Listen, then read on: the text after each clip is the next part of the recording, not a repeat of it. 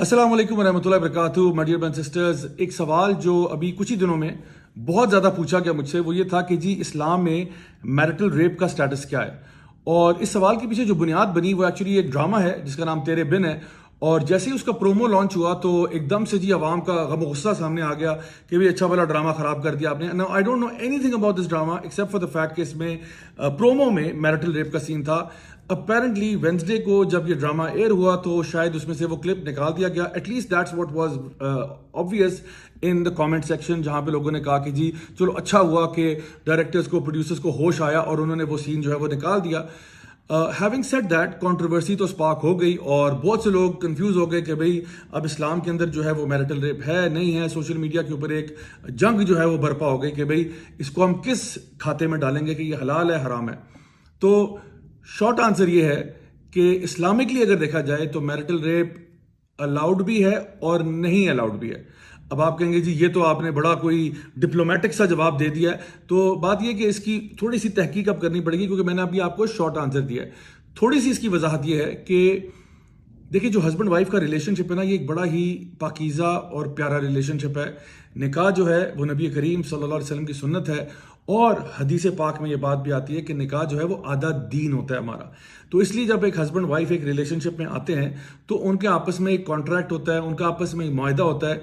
Husband जो है वो वाइफ के लिए परमिसिबल हो जाता है, वाइफ जो है वो हस्बैंड के लिए परमिसिबल हो जाती है और इनका जो भी आपस में रिलेशनशिप है, ताल्लुक है, वो सब जो है वो अलाउड है ना।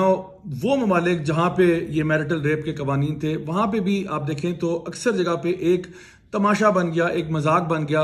यहां तक कि जो हस्बैंड है अब वो ऐसा फील कर रहा है कि जी मैं हर काम करने से पहले ऐसा लग रहा है कि जैसे मुझे इजाज़त लेनी पड़ेगी कि बेगम मैं आपको हाथ लगा सकता हूं, मैं आपके सर पे हाथ फेर सकता हूं, मैं यूं कर सकता हूं। और वो हर दफ़ा आपको जी जी जी में जवाब दे, क्योंकि अगर खुदा न खास्ता कोई ऐसी बात हो गई तो कल को वो मेरे पे केस ना कर दे कि जी इसने मुझे हरास किया है और मेरे कंसेंट के बगैर, मेरे इजाज़त के बगैर जो है मुझे इसने जो है एक रिलेशनशिप में लेके आया है।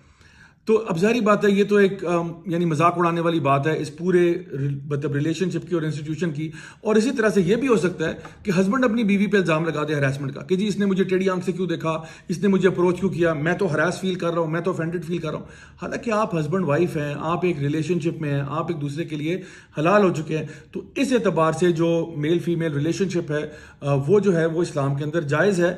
और इसमें अब बार बार हर नुक्ते पर, हर पॉइंट पर इजाज़त लेना और पूछना, ये एक बिल्कुल गैर फितरी और अननेचुरल सी चीज़ लगता है। ऑन दी अदर हैंड अब जो हराम चीज़ें हैं वो भी मैं आपके सामने जिक्र कर देता हूँ। और हराम चीज़ें प्राइमरीली तीन है। नंबर एक, अगर एक हस्बैंड है वो अपनी वाइफ को अप्रोच करता है, सेक्सुअल रिलेशंस कायम करना चाहता है, उस टाइम में जब वाइफ जो है उसकी वो अपने मंथली साइकिल से गुजर रही है, तो ये चीज़ शरीयत के एतबार से बिल्कुल हराम है, बिल्कुल हराम है। दूसरी चीज़ यह है कि जब एक हस्बैंड जो है वो अपनी वाइफ के साथ जो फितरी तरीका है सेक्सुअल रिलेशंस का उसको छोड़कर गैर फितरी तरीका अपनाता है। मैं ज़्यादा डिटेल में नहीं जाना चाहता, इंशाल्लाह आप समझदार के लिए इशारा काफ़ी होता है। गैर फितरी तरीके से सेक्सुअल रिलेशन करना चाहता है तो ये भी जो है बिल्कुल हराम है, इसकी इजाज़त शरीयत में नहीं है। और तीसरी चीज़ ये है कि जब शोहर जो है वो बीवी के ऊपर तशद्दुद करता है, उसको मारता पीटता है, इसी पूरे सेक्सुअल रिलेशन की यानी आड़ में उसके साथ जुल्म ज्यादती करता है, तो ये चीज़ जो है ये भी बिल्कुल इजाज़त नहीं है। हत्ता कि एक औरत के लिए जो है ये ग्राउंड्स फॉर खुला बन सकती है, ग्राउंड्स फॉर डिवोर्स बन सकती है अगर उसको लगता है कि उसका हस्बैंड जो है वो रिपीटेडली ये काम करता है, उस पर जुल्म करता है, उस पर ज्यादती करता है, उस पर बर्बरियत करता है। तो ये सारी बातें जो है ये एक हेल्दी मैरिज की निशानी नहीं है और यहाँ तक नौबत किसी सूरत में भी नहीं आनी चाहिए। तो दोनों बातें आपको आई एम श्योर क्लियर होगी होंगी कि जो एक नेचुरल रिलेशनशिप है हस्बैंड वाइफ का वो होना चाहिए। हस्बैंड जो है जाहिर सी बात है वाइफ का लिहाज करे और इसके बारे में भी बहुत सारी अहादीस मौजूद हैं कि अपनी वाइफ को आपने किस तरीके से अप्रोच करना है। बल्कि नबी करीम सल्लल्लाहु अलैहि वसल्लम की हदीस है जो मैं समझता हूँ हमारे लिए गाइडिंग लाइट है, हमारे लिए प्रिंसिपल है, हमारे लिए उसूल है। वो ये है कि आप सल्लल्लाहु अलैहि वसल्लम ने फरमाया कि तुम में से बेहतरीन वो हैं जो अपने अखलाक में सबसे अच्छे हैं।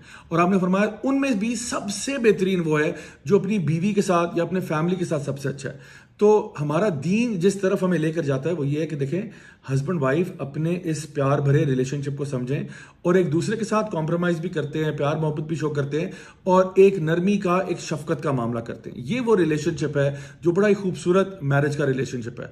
और अगर उसके अंदर ये दूसरी साइड पर ये जोर जबरदस्ती, खासतौर पे उन चीज़ों में जहां पे शरीयत बिल्कुल उन चीज़ों को मना करती है, तो ये जो है ये बिल्कुल भी अलाउड नहीं होगा। तो आई होप इससे कम से कम बात क्लियर होगी कि कहां तक हमारा दीन जो है वो कहता है कि हस्बैंड वाइफ का रिलेशनशिप होना चाहिए, उसको इंकरेज करना चाहिए, उसमें आपस में कॉम्प्रोमाइज करना चाहिए, और कहां पे ऐसी चीजें हैं जो कंप्लीट नो गो एरिया है, जिसको हम कहते हैं कंप्लीटली हराम है और ऐसा नहीं होना चाहिए।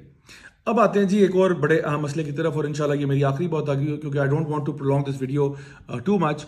कई लोगों ने ये एतराज किया कि भाई देखो यार, ये तो एंटरटेनमेंट ही है, ड्रामा, इससे क्या फर्क पड़ता है यार। आप लोग मौलवियों को तो मसला ये है ना कि हर छोटे छोटे मामले पे, ड्रामे पे भी आप तबसरे शुरू कर देते हो।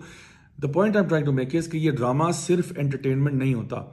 देखिए एक जमाना था जब ये टेक्नोलॉजी नहीं थी, सोशल मीडिया नहीं था, टीवी वगैरह नहीं था, तो पुराने वक्तों में ना लोग आर्ट क्या होती थी, आर्ट होती थी कि एक इंसान पेंटिंग करता है, कैनवस पे कुछ ड्रॉ करता है, तो वो रियलिटी को देखता था, पहाड़ देख रहा है, दरख्त देख रहा है, चिरिंद परिंद देख रहा है, और उनको वो कैनवस पे ले आता था। यानी कि आर्ट वॉज इमिटेटिंग लाइफ, वो लाइफ को देखता और उसको कैनवस पे ले आता, आर्ट बना देता। उसके बाद आगे हम जाते हैं तो मिडीवल टाइम्स में क्या हुआ कि क्योंकि क्रिश्चियन फेथ बड़ा अपने उरूज पे था, तो उस टाइम पे क्या हुआ कि जी जो आर्ट थी वो क्रिश्चियनिटी के अराउंड रिवॉल्व करती थी। फॉर एग्जांपल बहुत सारे आपके आर्ट यानी स्कल्पचर्स में, आपकी आर्ट वर्क में आपको क्रिश्चियन थीम्स नजर आती थी। ठीक है, तो वो एक अरसा रहा जो कि वो इस तरह का आर्ट वर्क डोमिनेट करता था। अब आ जाए फास्ट फॉरवर्ड टू 2023, अब आज के दौर में आ जाए जब आपके पास डिजिटल मीडिया आ गया, इलेक्ट्रॉनिक मीडिया आ गया, आपके पास टीवी मीडिया आ गया, and so on and so fourth. इस पूरे मीडिया के अंदर सिचुएशन अभी हो चुकी है कि लाइफ इज इमिटेटिंग आर्ट, यानी कि आर्ट पहले बनती है और लाइफ जो है ना उसको कॉपी करती है। फॉर एग्जांपल एक छोटा सा बच्चा सुपरमैन का कार्टून देखता है, अब वो तो आर्ट है, कार्टून एक आर्ट फॉर्म है, चाहे कार्टून हो या थिएटर हो या ड्रामा हो या फिल्म हो, ये एक आर्ट फॉर्म है। बच्चा जो है सुपरमैन वाले कपड़े पहन रहा है और उसकी तरह अपने आप को बिहेव कर रहा है। इसी तरह से वो टीवी पे कुछ देखता है, यानी अपने फेवरेट स्पोर्ट्समैन को देखता है और उस तरह का हुलिया अडॉप्ट कर लेता है। वो अपने फेवरेट फनकार को देखता है, उस तरह की हरकतें शुरू कर देता है। फेवरेट गुलूकार को देखता है, उस तरह की आदतें अपना लेता है। इसी तरह से ड्रामे देखता है, उस तरह की हरकतें करना शुरू कर देता है। यानी नाउ व्हाट्स हैपनिंग इज कि we are living in a world of hyper reality, यानी वो चीजें जो टीवी पर, मीडिया पर आती हैं, वहां पहले आती हैं और हम उनको कॉपी करना शुरू कर देते हैं। और मेरे लिए सबसे बड़ी हैरानकुन बात यह है कि पाकिस्तान जैसे मुल्क में ऐसे ऐसे ड्रामे आ रहे हैं, ऐसी ऐसी थीम्स आ रही हैं जो आज से पहले हम तसव्वुर भी नहीं कर सकते थे कि मेन स्ट्रीम मीडिया पे ये चीजें आएंगी। और जाहिर बात है जब मेन स्ट्रीम मीडिया पर आएंगी तो people will imitate this art form. For example, देवर के साथ जी अफेयर चल रहा है एक लड़की का। एक बच्चा जो है वो अपने बाप से पूछ रहा है कि भाई बाप उसको कह रहा है कि भाई तू कभी अम्मी वाले कपड़े पहन ले, कभी अबू वाले पहन ले, जो तुम्हारा जिल जाए बेटा, तुम जो मर्जी करते फिरो।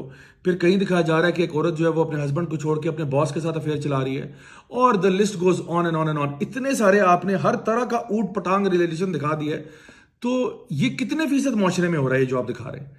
और बहरहाल ये गुनाह को क्यों दिखा रहे हैं? हमें तो ये हमारा दीन कहता है कि गुनाह को ब्रॉडकास्ट नहीं करना चाहिए, तो आप उसको मेन स्ट्रीम मीडिया में ड्रामे की फॉर्म में, फिल्म की फॉर्म में लोगों को दिखा रहे हैं। और क्या ये रहे हैं कि ये हार्मलेस एंटरटेनमेंट है? जान लीजिए कि ये हार्मलेस एंटरटेनमेंट नहीं है। इसके ऊपर सैकड़ों साइकोलॉजिकल स्टडीज मौजूद हैं कि किस तरह से जो मीडिया है वो आपके किरदार और अफकार को अफेक्ट करता है।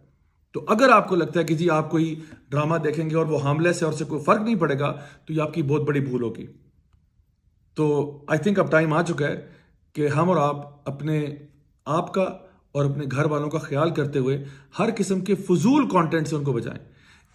इसलिए बचाएं क्योंकि फजूल कंटेंट फजूल होता है, और दूसरा इसलिए बचाएं कि फजूल कंटेंट और कुछ नहीं तो कम से कम टाइम तो आपका ज़ाया हो ही रहा है। एंड आई थिंक हमारा टाइम जो है वो बहुत प्रोडक्टिव और अच्छी चीज़ों में इस्तेमाल किया जा सकता है, बहुत अच्छी फॉर्म्स ऑफ एंटरटेनमेंट में इस्तेमाल किया जा सकता है, बजाय इसके कि हम फजूल किस्म के ड्रामे देखें जो हमारे किरदार, अफकार और ख्यालात को ख़राब करते हों और हमें शायद हमारे रब से भी दूर करते हों।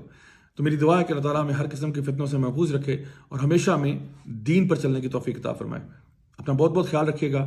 वस्सलामु अलैकुम वरहमतुल्लाहि वबरकातुहू।